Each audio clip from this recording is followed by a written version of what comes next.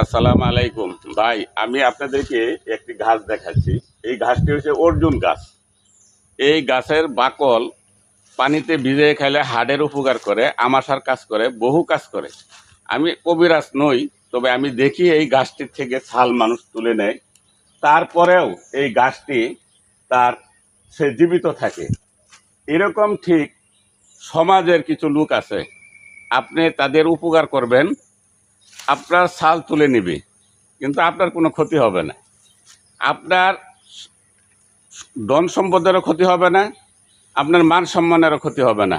কিন্তু তারা চেষ্টা করবে আপনি সমাজে ভালো কাজ করবেন, আপনার ছাল চামড়া তুলে নেওয়ার, কিন্তু আপনার কোনো ক্ষতি হবে না। আপনার ছাল চামড়া আপনি আরও বলিষ্ঠ হবেন সমাজে, সমাজে আপনার আরও সুনাম বাড়বে এবং আপনার কোনো ক্ষতি করতে পারবে না। বাঙ্গাল রফিক পেজ থেকে এই জিনিসটি আপনাকে বোঝাচ্ছে যে যারা সমাজে উপকার করে, মানুষের কল্যাণ করে, তাদের বিপদ আসবে, কিন্তু সব বিপদ কেটে যেয়ে তারা সুস্থ সবলভাবে বাঁচবে।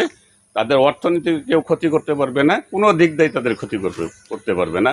বাঙ্গাল রফিক পেজ আপনাদের সকলকে প্রাণ ঢালা অভিনন্দন জানিয়ে বিদায় নিচ্ছে। আল্লাহ।